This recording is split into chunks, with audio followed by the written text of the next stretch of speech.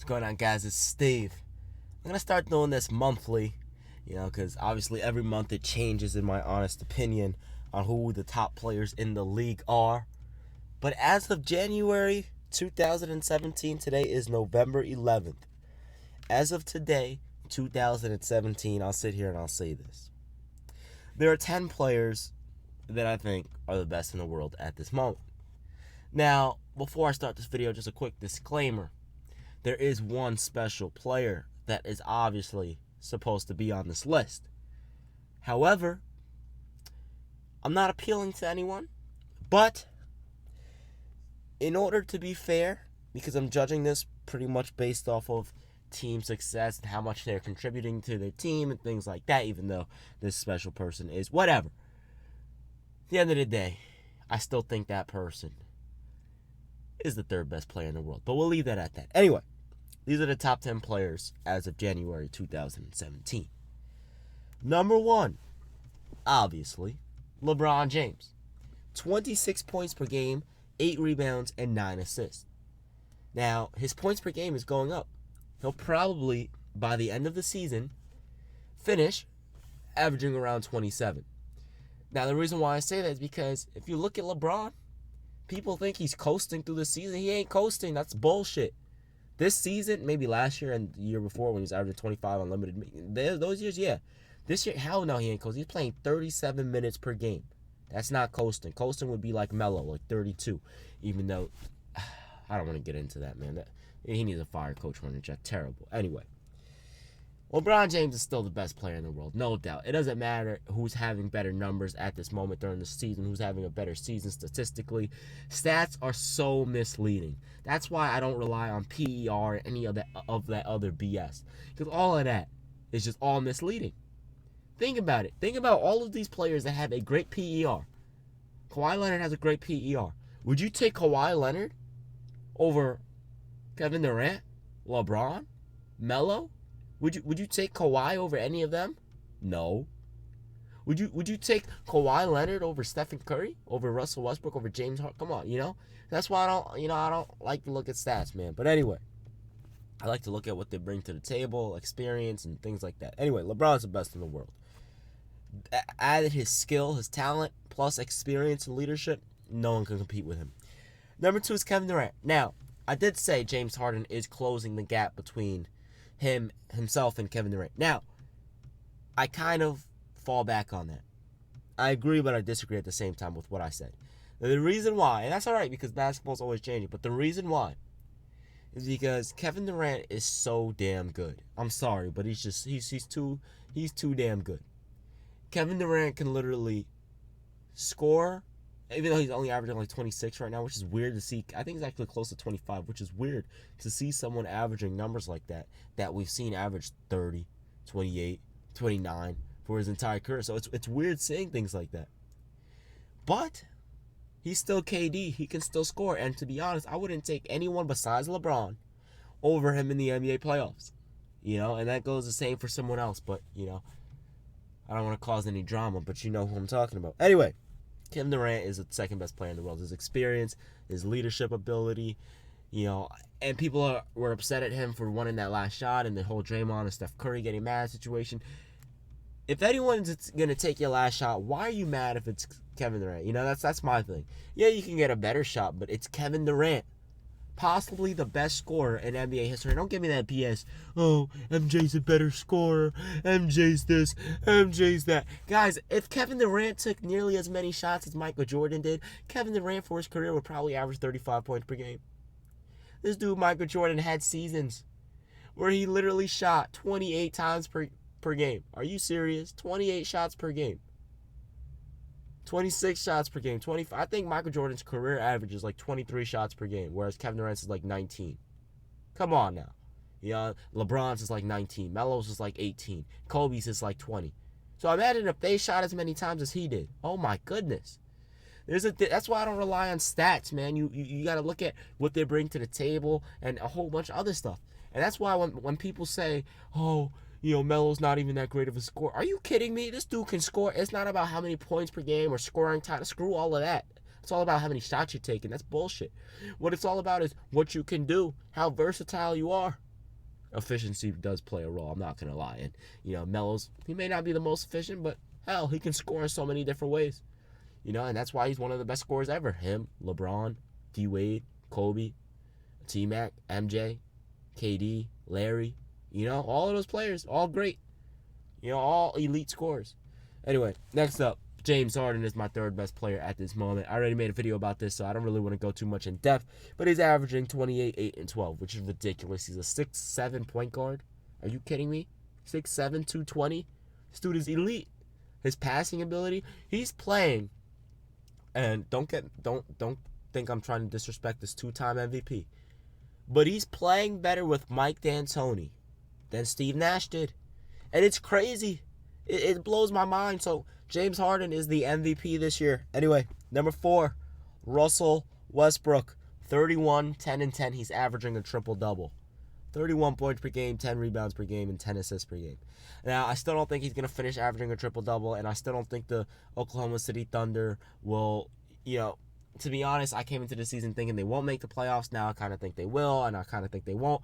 But I think they'll finish around a 7th or 8th seed in the West. But at the end of the day, it's all because of Russell Westbrook. I mean, you lose the second best player in the world, the best player in that conference, a top 5 player of the last decade, and you're telling me this team is still in playoff contention? That's crazy, man. That's crazy. And sometimes when you look at things like that, it's because they have a good team, but it's because Russell Westbrook. If you look at when LeBron left, that team went from 61-21 all the way down to 19 wins. Kevin Durant left. I don't know. They won like 50-something games, maybe 60. I don't know. Kevin Durant was there, won like 50, 60 games. When he leaves, they're still in playoff contention. Want to know why? One man, number 0, Russell Westbrook. Anyway, Stephen Curry. I still think Stephen Curry is a top 5 player in the world. He's still a great player. His stats are going down. He was always overhyped. I already said this before, but he's still a great player. He definitely is still a great player. Stephen Curry's averaging 25 points per game, 4 rebounds, and 6 assists, doing his thing with the Golden State Warriors. And lately he's been on a tear, which is why his points per game have went up like 2-3 points per game in the last 2 weeks. It's crazy, especially for this point in the season. Anyway, after that, what is that? 2, 4, 5. Okay, that's top 5. 6. A lot of you guys are going to get salty. A lot of people are going to get salty. But, hey, it is what it is. Number 6, Isiah Thomas. 28 points per game, 2 rebounds, and 6 assists. Now, this is what I got to say about my man Isiah Thomas. The fact that the Boston Celtics have one of the best records in the NBA is astonishing. They have Al Horford as their big man. Now, I'm not going to sit here and, make fun of anyone or any team or anything like that because I have no grounds to because my team is trash. But I'll just say there are better big men out there than Al Horford. It's not like Isiah Thomas has 2 superstars on his team. You guys also have to keep in mind, he is 5'7". I know he's listed as 5'9". He ain't no damn 5'9". This dude is like 5'6", 5'7". And he's averaging 28 points per game, 2 rebounds, and 9 assists. How much better? 6 assists, excuse me. How much better can he get? Honestly, how much better can we get? Sorry, but it's the truth. He's elite, man. Next up, I have my man Chris Paul. 18 points per game, 5 rebounds per game, 10 assists. This is what I love about Chris Paul. No matter what the circumstance, whether he's on a winning team, a losing team, majority of his career in the regular season, they're winning teams, but in the playoffs, obviously losing. Everyone's losing team because if you don't win the championship, you lose. Anyway, no matter the situation, whether he's in playoff contention or not, this dude averages the same career numbers for his entire life. Like, it's ridiculous. 18, 5, and 10. That's amazing, man. I mean, the last pure point guard in the league. Darren Williams is still in the league, but, he's out of his prime because of all those injuries. But there was a point in time where Darren Williams was challenging Chris Paul for one of the best playoff spots in the league. Don't get me wrong. He used to average, 25 and 12? 22 and 12? Some crazy numbers like that. I mean, come on. Anyway, so Chris Paul is after that. I'm sorry. Now, keep in mind, I actually screwed up the intro. What I meant to say was, this list is who's having it's a combination of who I think is best and also who I think is having a good season. Just because I have Isiah Thomas ahead of Chris Paul, obviously I would still take Chris Paul over Isiah Thomas any day of the week without even thinking twice. Yeah, and I would take Chris Paul over Stephen Curry. I would take Chris Paul over Russell Westbrook. I don't know about James Harden, KD, and LeBron, but everyone else, yeah. I'm sorry, I love Russell Westbrook, but I can't trust him. I have to see what he can do by himself in the playoffs first before I can trust him. Anyway, let's move on. Kawhi Leonard. Kawhi Leonard is having a great season. 24-6-3. And his team is doing pretty good. You know, his team is obviously one of the best records in the Western Conference. I almost said East, but in the West. The Wicked Witch of the West. However, I think Houston will finish with the second seed because they're on a, 9-game win streak? This team is... This guy, James Harden, is ridiculous. But anyway, Kawhi's improved efficiency, his passing ability. It's not, I mean, when you play with the Spurs, you don't get much assists because you just pass and whoever has an open shot shoots it. His low post ability, his scoring ability has improved. He ain't a great scorer, and I want to see what he can do in the playoffs because last year was an embarrassment. But if he can improve, and I see improvement in the playoffs, heck, he may be higher on this list. Anyway, let's move on. Next up. Y'all ready for the salt? Are you guys ready for the sodium level to get really high? Everyone, right now, get your umbrellas out. Get a bottle of water because the dehydration is about to get real. Because the sodium level is about to get real. It's about to rain salt on these clowns.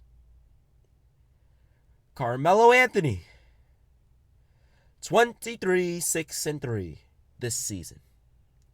Now, when you look at that, you say, are you telling me 23-6-3 is good and that team is not even playoff contention?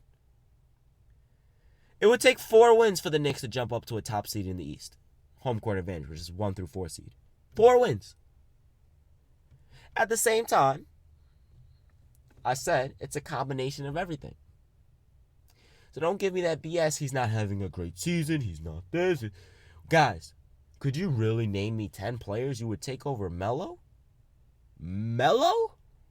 Come on, man. Oh, my goodness. Melo, he's still an elite player, still a top 10 player in the league. His team is dog doo-doo. And I'm starting to think about something, but I'm going to make a separate video for that. But Melo, you know how I do. Anyway, next up. The sodium level is high right now. Next up, DeMar DeRozan, or should I say, DeMar DeRozan, formerly known as, or used to be known as, DeMar DeFrozen, because that's what happens in the playoffs for the last 2 years. Him and Kyle Lowry, I still don't have faith in them. I still don't believe in them. Why should I? First of all, why the hell should I believe in DeMar DeRozan? He's having a great regular season. We're scoring great, yeah. He can't shoot the basketball. So that's why he gets shut down in the playoffs all the time. Him and Kyle Lowry, who is a choke rocket.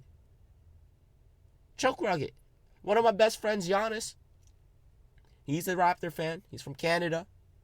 And this dude is the #1 Raptor fan, but he don't like Kyle Lowry either. I wonder why. Good in the regular season. First of all, Kyle Lowry, he got good out of nowhere. And he came from Houston, and then he was good out of nowhere. And that just goes to show you that every single NBA player, and guys, get this in your head, because this is true. No matter the situation, almost every single NBA player, probably every single NBA player, can put up great numbers. Look at Danny Granger. Look at Michael Redd. You know, that doesn't mean they're great players. You know, there's a difference. They're all good players. They're all in the NBA for a reason. They're all elite players. They're all the best in the world. But it's when you become the best of the best. And how do you differentiate the best of the best? They score, not score. They have the same stats, no matter if they're on a winning team or a losing team. No matter the teammates they have, their stats are nearly identical. So your elite players in the last decade and a half, or 2 decades we can say, you can differentiate them from your Danny Grangers, from your Rudy Gays. Rudy Gay's a good player, good role player, but he put up some decent numbers. He averaged 22 points per game before. So that's why I sit here and I say, Paul George is not a superstar, and that's why I doubt Kawhi Leonard. You know, difference between the reason why I give Isiah Thomas so much credit, because that dude, he has help, but I mean, come on, this dude is 5'7". Anyway, you look at your Melos, you look at your D-Wades, your Chris Boshes, your LeBrons, your Kobe's, your T-Macs, your Yao Mings, your Tim Duncans, your Dirks, your Shaqs, whoever the hell you want to look at, your Chris Pauls, those are elite players. You want to know why? Because no matter the situation, they were putting up the same numbers as they were, whether they're on a winning team or a losing team, whether they have a superstar on the team or not. It don't matter. So that's the difference. A lot of people don't understand that. I don't know why. It's so obvious, man. It's so obvious to differentiate someone from being a real elite player to someone that's just having a good few years. People were saying the same exact thing that they're saying about Paul George, about Danny Granger in 2009, because he had 3 seasons where he averaged over 20. People were saying, oh my goodness, Danny Granger is the top 10 player in the world. Oh my goodness. Are you kidding me? Are you kidding me? I said the same thing I said back then when I was like 10 years old, and I'm going to say it again now. I said they'd be irrelevant in a few years, and what happened? Barring injuries or parring or scarring, whatever the hell that word is. Tarring or whatever. Barring. I think it's barring. I'm in college. I don't know. Barring injuries, he still would have been irrelevant. We're talking about someone that's averaging 16 points per game for their career. You're going to sit there and tell me that's a superstar? 16 points per game? Whew. Those are my top 10 players. Hope you guys enjoyed this video. Once again, LeBron, KD, James Harden, Russell Westbrook, Stephen Curry, Isiah Thomas, Chris Paul, Kawhi Leonard, Carmelo Anthony, and DeMar DeRozan. Now, just because I have some players ahead of others, that doesn't mean I think those players are better. It's just a combination of who I think is better, who's having a good season, and taking into account their team success and things like that. Because you guys already know. No way in hell would I ever take anyone in the league, I don't give a damn who the hell it is, over LeBron James, Kevin Durant, and Carmelo Anthony. I made a video why. A lot of people liked that video, and a lot of people agreed. You guys need to go rewatch it. I think it's called Why the Small Forward Position is the Best Position in the NBA. They'll tell you why, because they can do everything. Anyway, guys, I'm out. Peace.